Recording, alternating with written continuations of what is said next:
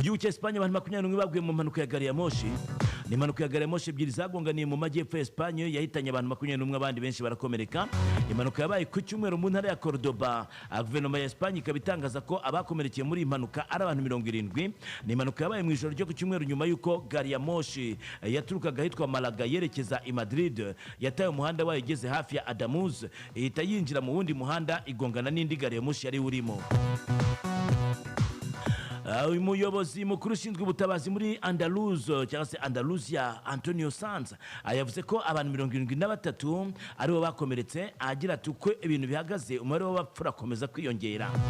Minisitiri ushinzwe ubwikorezi Oscar Puente yabwiye itangazamakuru ko abantu 30 bajyanwe kwa muganga kuko bakomeretse ku buryo bukabije, ndetse n'abandi bose bakomeretse bakaba bakomeje kugenda bitabwaho. Yavuze ko aho impanuka yabereye yari igice cy'umuhanda kimaze igihe gito kivuguruwe, ndetse gari ya moshi yabanje guta umuhanda ikaba yari nshya, ibituma icyateye impanuka bigorana kukivumbura ku buryo bwihuse, ariko ngo iperereza ryo rikaba rigikomeje. Hanyuma nje ucemakuru GA.com baratujyana i Karongi batwe ko umugabo yishe umugore we akayegerageza kwiyahura ariko ntiyapfa.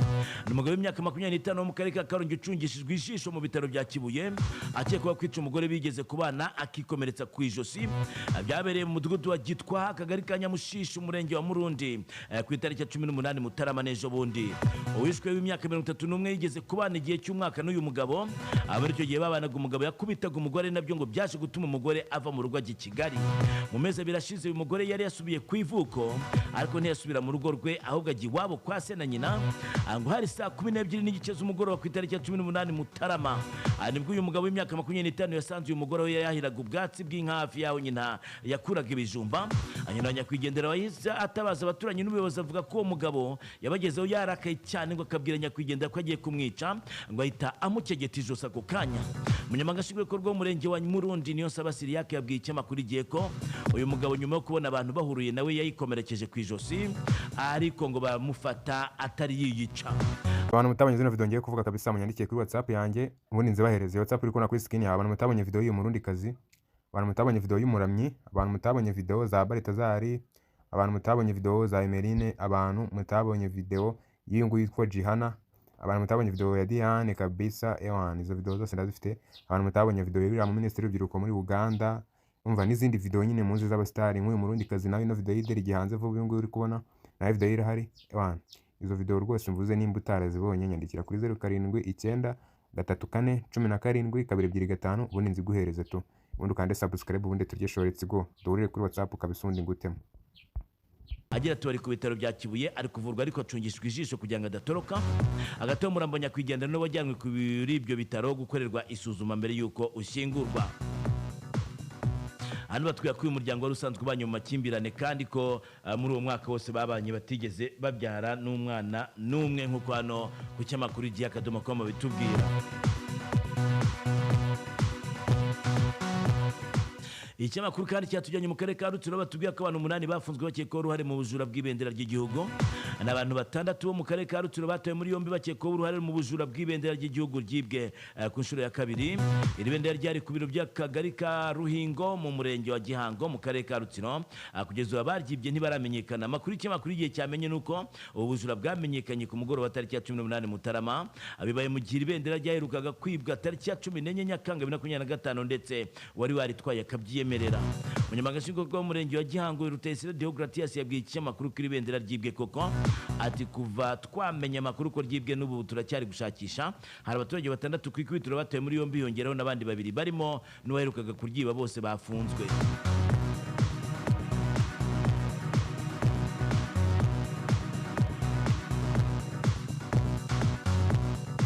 Ntabwo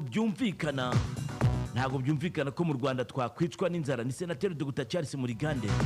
Senateri Dr Charles Murigande yagaragaje ko bitumvikana ko mu Rwanda habaho abantu bicwa n'inzara, kandi ruri mu bihugu bigira imvura ishobora gufasha mu buhinzi. Asaba ko hashyirwa imbaraga mu guteza imbere ubushakashatsi bugamije kongera umusaruro. Yabigarutse kuri tariki ya 19 Mutarama bwari ku munsi w'ejo, ubwo Sena y'u Rwanda yaganiraga na Minisitiri w'Ubuhinzi n'Ubworozi mu Rwanda wagaragazaga aho urwego ruhagaze kuri ubu ngubu. Senateri Dr Charles Murigande yavuze ko hakwiye gushyirwa imbaraga mu bushakashatsi kugira ngo hamenyekane uko igihugu cyakongera umusaruro ushingiye ku kumenya ubwoko bw'ibihingwa byakwera mu Rwanda, uko umusaruro wakongerwa n'ibindi bishingiye ku bushakashatsi.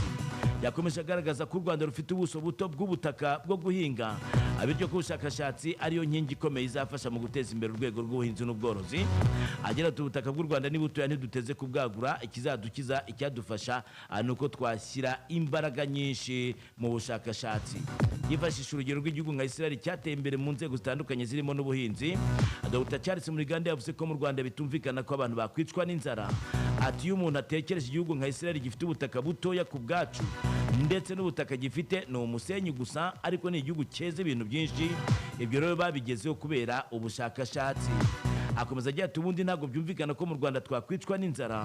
Urebye imvura igwa mu Rwanda iracyari nyinshi, nubwo rimwe na rimwe igibura, ariko ntigibura buri. Niyo yabuze buri gice kimwe, hari n'ahandi iba yaguye. Nibaza ko Minisiteri y'Ubuhinzi n'Ubworozi bakwiye gushyira imbaraga nyinshi mu bushakashatsi.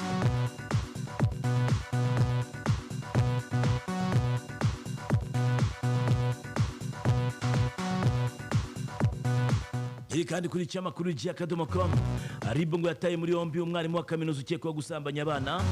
Urwego rw'ubugenzacyaha rero RIB rutangaza ko rwataye muri yombi umwarimu wo muri kaminuza ukurikiranweho icyaha cyo gusambanya abana b'abakobwa abashukisha amafaranga, bikubiye mu itangazo RIB yashyize kuri X mu ijoro ryo kuri tariki ya 19 Mutarama. RIB ikaba itangaza ko iperereza ry'ibanze rigaragaza ko mu bihe bitandukanye uyu mwarimu yagiye asambanya abana b'abakobwa batandukanye biga mu mashuri yisumbuye mu karere ka Bugesera, abizeza amafaranga. Ubu uyu mwarimu ufite impamyabumenyi y'ikirenga PhD akaba afungiye kuri sitasiyo ya RIB ya Rwezamenyo mu karere ka Nyarugenge. Dosiye yamaze koherezwa mu bushinjacyaha. Mu itangazo urwego rwakomeje rugira ruti RIB iributsa abantu bose ko gusambanya umwana ari ukumuhemukira kuko bimwicira ubuzima bwe bw'ejo hazaza, bigira ingaruka ku muryango we ndetse n'umuryango nyarwanda muri rusange. RIB yihanangirije uwo ari we wese usambanya umwana ko ibyo bikorwa bitihanganirwa, kandi inasaba abana kwirinda abashukisha amafaranga n'ibindi bintu bitandukanye abagamije kubashora mu busambanyi cyangwa ishimisha mubiri bibicira ubuzima.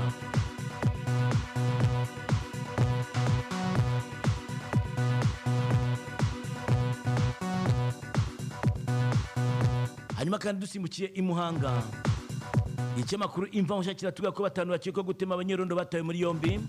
Inzego zishinzwe umutekano mu ntara y'Amajyepfo zatangaje ko zamaze guta muri yombi abantu batanu bakekwa guhungabanya umutekano mu karere ka Muhanga.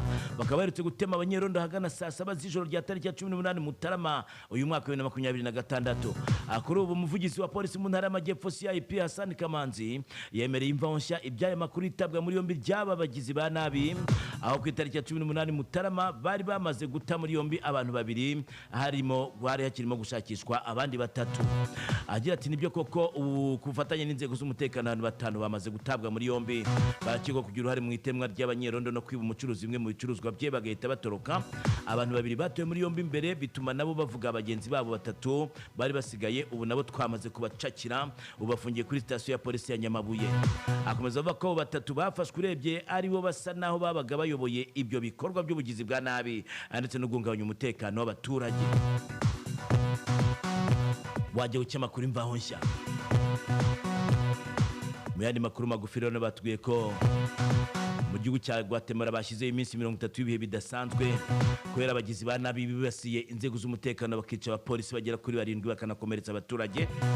Mu gihe kandi muri Colombia imirwano y'imitwe y'inyeshyamba yahitanye abantu 27. N'inyeshyamba ngo zizweho gucuruza ibiyobyabwenge ndetse no kugira imirima myinshi ihingwamo ibiyobyabwenge cyane cyane kokayine. Bakaba bamaze iminsi barwanira rero aho iyo mirima iri. Nimva ikinyamakuru Imvaho Nshya cyanditse iyi nkuru, harimo asoreze kumenyesha neza uburyo